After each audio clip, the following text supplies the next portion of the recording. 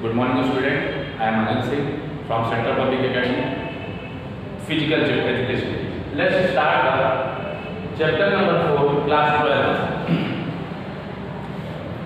Student, जैसे कि पिछले क्लास में हम लोगों ने पढ़ा था टाइप ऑफ डिसेबिलिटीज, तो मैं बताया था कि डिसेबिलिटी इट मीन्स जो आपका फिजिकल टर्म में जो भी आपको इंजरी होते हैं वो सारे डिसेबिलिटीज, डिसऑर्डर जो आपके मेंटली रूप से आपको इफेक्ट करते हैं, आपके बॉडी को या आपके फिजिक को, वो सारे क्या होते हैं? डिसऑर्डर होते हैं। तो पहली चीज आप देखिएगा, पहला डिसऑर्डर, यहाँ पे हमें 5 डिसऑर्डर पढ़ने हैं और बहुत ही इंपॉर्टेंट ये चैप्टर है, क्योंकि इस चैप्टर से आपके बहुत सारे एमसीक्यू भी बनेंगे और 3 मार्क्स के क्वेश्चन भी आते हैं और 5 मार्क्स के क्वेश्चन भी आते हैं। तो इस टॉपिक को आप बहुत ही ध्यान से पढ़िएगा।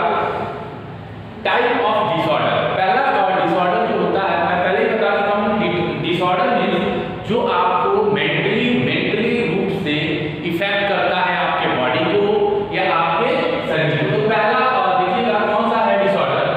ADHD। ADHD का फुल फॉर्म जो होता है वो क्या होता है? Attention deficit hyper activity disorder. यहाँ पे पहले बता रहा है, यहाँ pay attention deficit hyper activity disorder.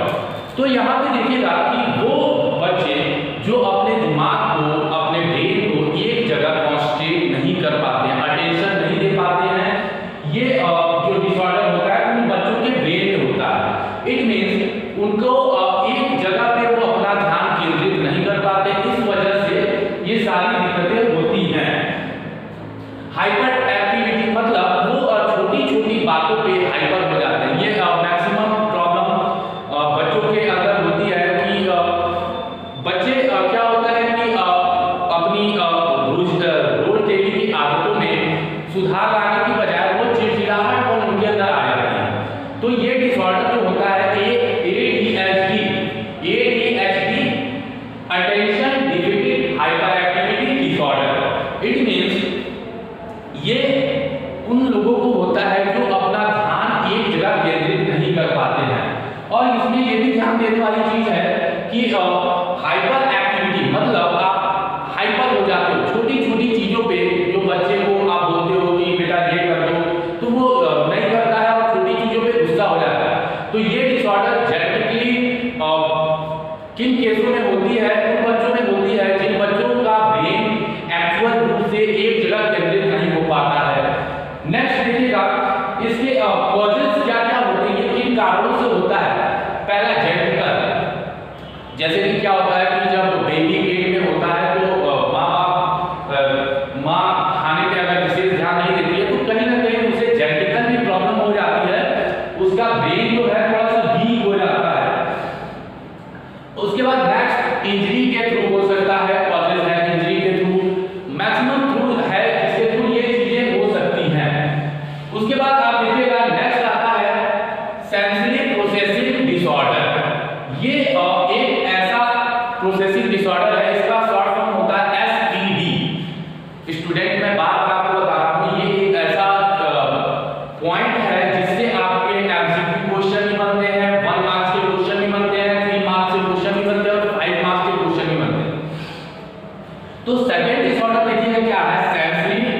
Sensory processing disorder. यहाँ पे सेंसरी का मतलब सेंस, यहाँ सेंस से रिप्रेजेंट कर रहा है। इट मींस अगर आपकी बॉडी है, बॉडी फील कर रही है गति को, मूव को, इट मींस फिट है। अगर आपको आपकी तरफ फुटबॉल या क्रिकेट की बॉल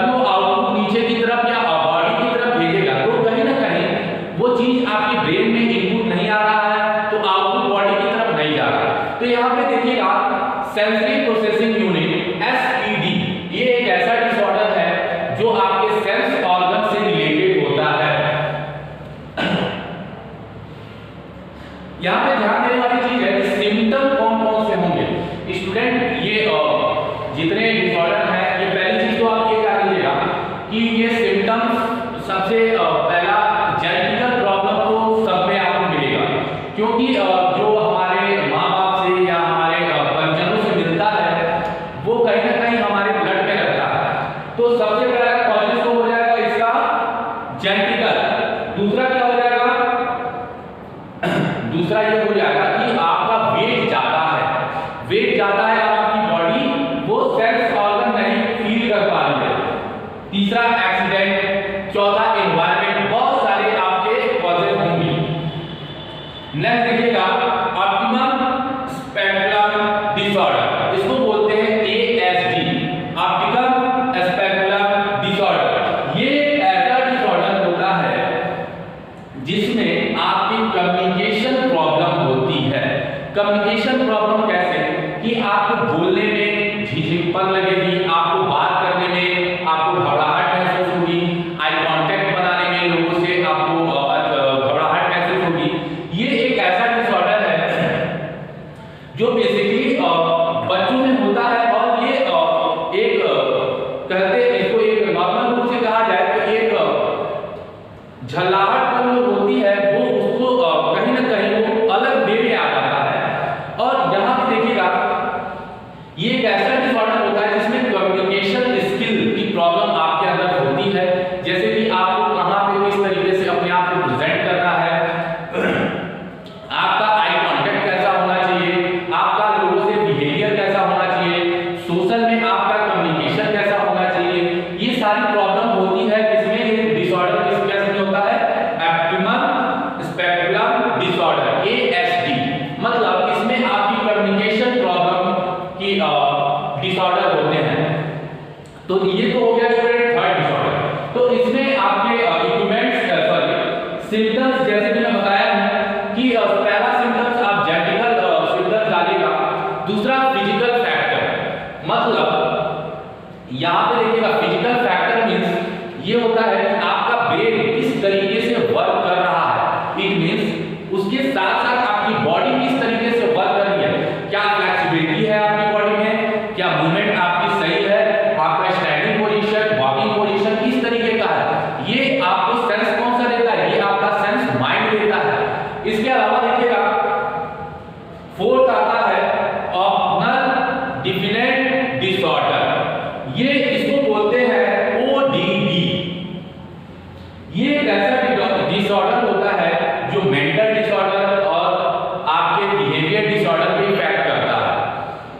मतलब ये एक ऐसा डिसऑर्डर होता है जिसमें बच्चों का जो मेंटल प्रॉब्लम होता है और मेंटल से रिलेटेड जो भी दिक्कतें होती हैं वो सारी दिक्कतें जो है वो आती किसमें है, वो ODD में आती है। मैक्सिमम स्टूडेंट का क्या होता है कि उनका मूड डिफरेंट तरीके का होता है, उनका मूड बिहेवियर डिफरेंट तरीके का होता है। जनरली आप लोगों ने देखा होगा कि आपके क्लास में एक ऐसा स्टूडेंट होता है जो सबसे ज्यादा परेशान करता है पूरे क्लास में, तो वो उसके अंदर क्या होता है कि वो हर एक चीज में अपना ब्रेन और गलत गलत चीजों का समावेश करता है। मतलब किसी भी छोटी छोटी बातों पे झगड़ा कर लेना, किसी भी छोटी चीजों पे किसी टीचर से बहस कर लेना, तो ये जो डिसऑर्डर होता है इसे हम बोलते हैं ODD।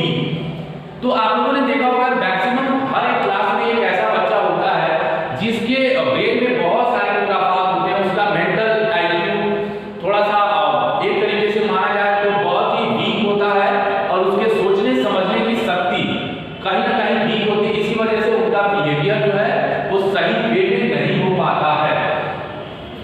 नेक्स्ट देखिएगा student obsessive compulsive disorder. Obsessive compulsive disorder इसको बोलते हैं OCD। ये एक ऐसा डिसऑर्डर होता है जो किसी भी उम्र के लोगों के साथ हो सकता है। Obsessive compulsive disorder, obsessive compulsive disorder ये एक ऐसा डिसऑर्डर है जो जनरली किसी भी उम्र के लोगों के साथ हो सकता है। ये मेंटली डिसऑर्डर है, ये आपके ब्रेन में एक ऐसी चीज होती है जो आपको कहीं ना कहीं बहुत ही आपके ब्रेन को बहुत ही डिफरेंट टाइप की तरफ मोड़ती है। जैसे कि आपका ब्रेन कहीं भी कॉन्सेंट्रेट नहीं कर पाता है, कहीं भी एक जगह कॉन्सेंट्रेट नहीं करके दूसरे जगह डिफरेंट जगह होता है। और जनरली ये डिसऑर्डर जो होता है वो 8 ईयर से लेके और 60 ईयर के लोगों तक वो हो सकता है।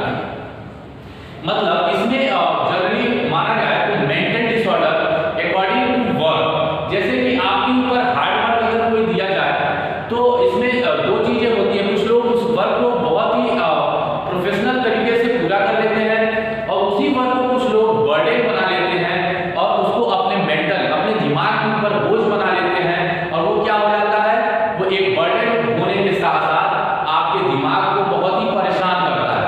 और उसी झल्लाहटपन को जब आप उस काम को नहीं कर पाते हो और उसी काम को अगर कोई दूसरा आपका फीडबैक मांगता है और आप रिजल्ट नहीं दे पाते हो तो वही झल्लाहटपन अगला जो आपको बोलेगा कि आपने वर्क नहीं पूरा किया तो वही झल्लाहटपन आपका क्या होता है, OCD ऑब्सेसिव कंपल्सिव डिसऑर्डर। और ये जनरली किसी भी उम्र के साथ हो सकता है। जैसे कि मैं आपको बताया हूं ये जो 4 डिसऑर्डर है ये बेसिकली बच्चों के साथ ही होता है, लेकिन जो आपका 5वां डिसऑर्डर है OCD ये एक ऐसा डिसऑर्डर है जो किसी भी उम्र के लोगों के साथ हो सकता है। तो स्टूडेंट ये टॉपिक आप बहुत ही ध्यान से पढ़िएगा। 5 डिसऑर्डर मैं आपको बता चुका हूं, ये इसमें से बहुत ही इंपॉर्टेंट टॉपिक है और मिनिमम इसमें से 10 मार्क्स के क्वेश्चन आएंगे, चाहे वो ऑप्शनल हो या 1 मार्क्स के हो या 3 मार्क्स के हो या 5 मार्क्स के हो। तो ये जो भी आपके ये फुल फॉर्म है जैसे ADHD, STD, ASD, ODD, OCD, ये इन पांचों का फुल फॉर्म आपको याद होना चाहिए। इनका प्रोसेसिंग क्या है, ये डिसऑर्डर किस तरीके के होते हैं, किस चीज को इफेक्ट करते हैं, ये सारी चीजें आपके नॉलेज में होनी चाहिए, तभी आप बेसिकली इसका कॉन्सेप्ट विद कॉजेस लिख सकते हो। तो स्टूडेंट इसको आप ध्यान